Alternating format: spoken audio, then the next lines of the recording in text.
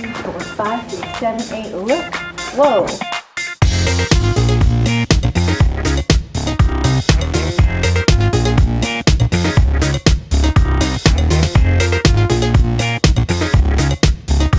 Our first spot was so successful, and certainly our customer responded so well to Coco that it just seemed natural to continue the idea of what we started.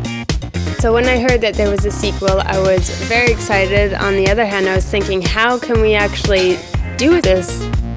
It's always difficult to come up with a sequel, and it was a bit of a pressure on us on how to do that. So we came up with many different ideas that changed it and created sort of the second phase of the story.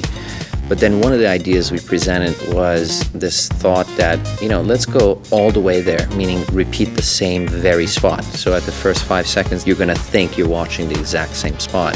So almost feed the expectations that you have, and then surprise the audience by showing that something is different in here.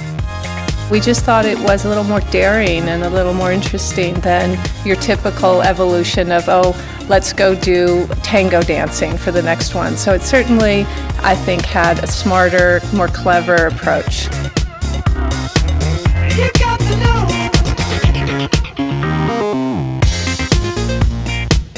When we presented this idea of alter ego, there was just a huge sort of laughter and joy in the presentation room. So I knew at that point that this is probably the idea that we were going with.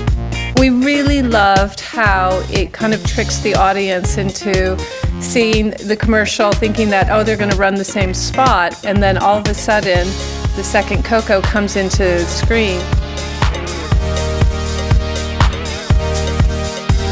We like this idea of the contradiction of one Coco versus the alter ego, which was a successful woman that in the business environment is always competing with herself, if not the world, to move on and become a stronger person, and every day is a learning process for her. So the idea of competition with yourself was something relevant. When I heard that there was me dancing off with me, I thought, that's perfect. They love the psychology behind this woman and how this addresses the complexity of the audience that we're dealing with and his alter ego state.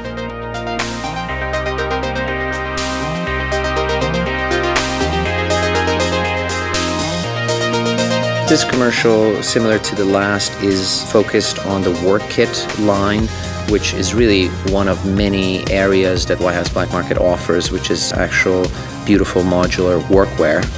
It's a special thing. It's something that differentiates the brand from many other brands. Everybody sells evening dresses.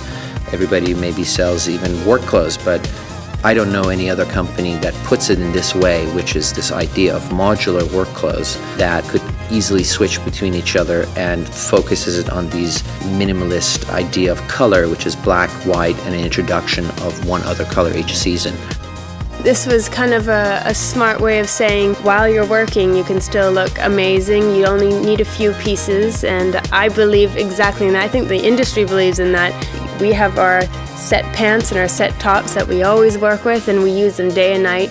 So we let them in on our little secret how we work.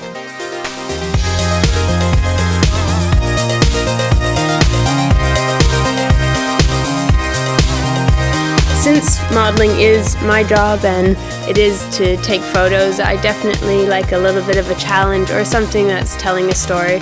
So this has been a lot of fun. Take that idea of modularity that comes out of the DNA of the brand and the line that you're working on, and you apply it to every aspect that you go, from the modular set to the modular editing to the modular clothes. And that sort of leads you to this notion of how do you cut this? So the modularity runs as a thread throughout every decision that's made on the production. To work with the entire crew has been amazing. I was very excited because we knew how to work with each other from the first day. And so to have that and to know you'll have that again the next time, you feel relaxed and I can just do what I need to do. If I really put my soul into it, since everyone else is putting so much work into it, I get really proud and excited because it's not just your simple photo shoot. But if there's another sequel, I don't know how we're going to do it again.